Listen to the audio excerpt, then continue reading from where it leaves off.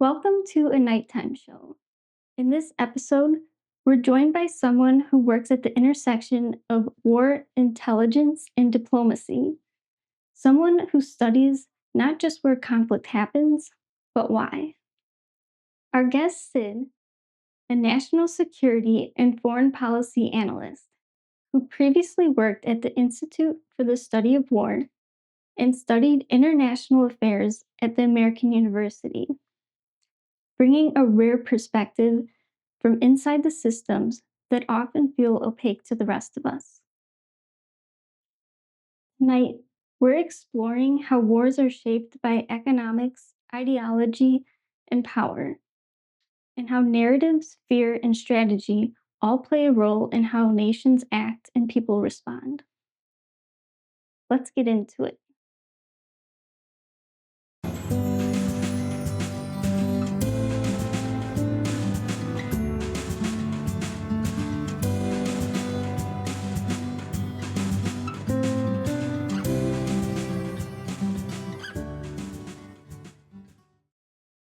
So, Sid, what role do economic systems play in either provoking or preventing war?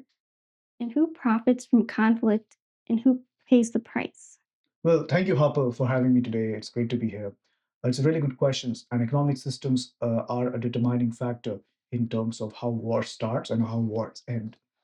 Economic systems that are often based in the foundations of inequality are often the reason why a lot of economic grievances begin from. We have seen across all geographies that resource allocations are often unequal, exploitation of natural resources are significantly impact a population in certain areas, and often these economic grievances are imposed upon minority groups. These minority groups can be ethno-nationalist groups, they can be ethno-religious groups, they can be socioeconomic groups, but the oppressed class has always faced some sort of economic hardships due to the ruling class's initiatives.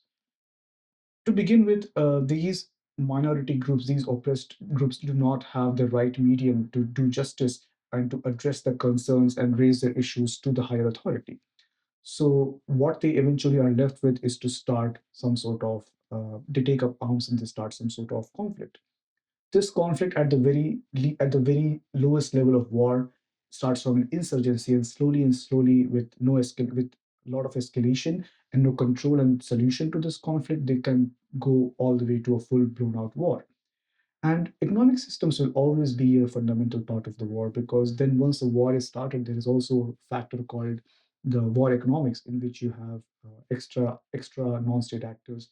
You have issues of drugs, you have issues of human trafficking, you have black market for arms sale and illicit trade and things like that. So there is a whole system of economics that evolves in a war setting. Similarly, as the war has escalated, economic grievances, of course, needs to be solved. But when we have reached a threshold, when we have crossed a threshold of a conflict, economic grievances does not necessarily solves all the issues, because it starts from economic grievances, but then the system changes, the dynamics of war changes. There are much more different layers of the war that needs to be solved in terms of helping prevent the war. Coming to the second question, who benefits from this? Of course, the top contenders for who make the biggest amount of profit is the defense industrial complex, so which can be defined as a network of private military, private defense companies, corporations, their lobbyists in the government network, and also the representatives in the state. And these are the top contenders who make marginal profit in terms of war. But again, as you break down the different layers, you will see also non-state actors, different belligerents who have significant profit margin, and whoever control the resources also have some share of profit in that. So a whole lot of actors are involved in this entire industry, and economic system do play a very influential part in this whole complex situation. Interesting. What I'm hearing is it typically starts with money, then it turns into more than that. Would it be safe to say because the industries that are profiting might be playing more into it, and also um, just emotions are running high, and maybe just like betrayal or trying to get back to peace after all that Absolutely, yeah. has happened. So economic grievances can rightfully be the cause of a conflict or cause of any social any group to start and take up arms, but slowly and steadily, there are different shareholders and stakeholders that come into the conflict. For example, if I am remotely working in, if there is a minority group working in Balochistan in a very rural part of Pakistan, now there will be other groups who would come and try to capitalize on their economic grievances to pursue their political agendas. So their political agendas can be anywhere from being a separate entity within the state to have their own resources, to topple the government, to remove state authority. There are a range of issues. But what they're capitalizing is on the grievances of local population, which is based into economic grievances. So in that system of inequality, you have several other actors who will try to invest in that conflict.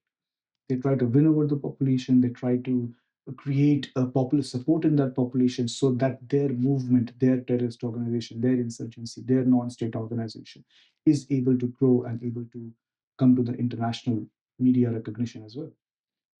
Interesting. Like they're almost trying to become the rulers Absolutely, yeah. themselves. Every organization, every non-state actor, even if the cause is just initially, but they over time they tend to lose focus on what their original objective was. So, are most modern wars still fought over territory and resources? Or has power shifted towards ideology, identity, and control of the narrative? That's a very interesting question. I would argue that in the most recent times, ideology has not been a very core aspect of why wars actually begin with. But definitely, a control of resources, economics of it, as we discussed previously, and identity does play an essential role. However, I would say that the narrative part of it is the medium in which a country or any state or any actor pursues the war, not the exact reason. For me, I would say that the most fundamental reason why states actually want to pursue war is because there is certain domestic some sort of domestic incentive attached to pursue war. For example, a state which is going through some sort of internal stability or instability paradox system, or any state which has, or any group which has some problem with the leadership, some problem in the dynamics of internal cohesion, unity, and if there is any sort of political disturbances going on internally, they will often choose the medium of war in order to unite the country, in order to bring all forces together, in order to use war as a medium of cohesive unity within the country. So oftentimes we have seen that all many wars are actually directed towards the domestic audience. They want to convince the domestic audience that, hey, this is a war for our existence, this is a war for our ideology, this is a war for our own, to eradicate the threat that we see from enemy. However, the reason behind the opaque system is that this is all about regime security. It is about the ruling class. It's about the state itself and the leaders in in the government who want to establish a norm by pursuing a war just to save their political power and to keep that intact. In order to achieve that, they often deploy a range of resources. They have state media, they have a calibrated information control, they have some sort of a psychological warfare that they employ on their own domestic population in order to justify their war. So I would argue that one of the biggest core reasons why actually state actors go for war is to project some sort of regime security concerns, and they want to bring the country together to rally them and to unite them in order to secure their own political future. Of course, that does not discount the fact that there is threats. There are national security threats that a state poses. There are territorial concerns that a country is going through. But however, those concerns are often overshadowed and underwhelmed under the bigger picture of uh, domestic costs and domestic incentives attached to the war.